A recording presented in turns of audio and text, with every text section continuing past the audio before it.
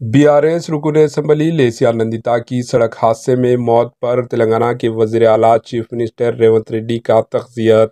BRS کی خاتون رکن اسمبلی لیسیا نندیتا کی ایک سڑک حادثے میں موت ہو گئی۔ نندیتا کی موت پر تمام سیاسی جماعتوں کے رہنماؤں نے اظہار تعزیت کیا۔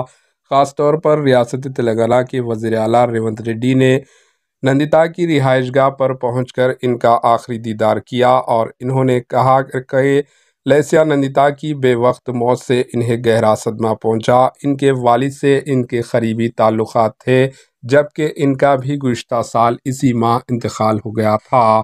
چیف منسٹر ریونت ریڈی نے بہت افسوسناک قرار دیا کہ والد کے انتقال کے ٹھیک ایک سال بعد نندیتا کی بھی اچانک موت ہو گئی۔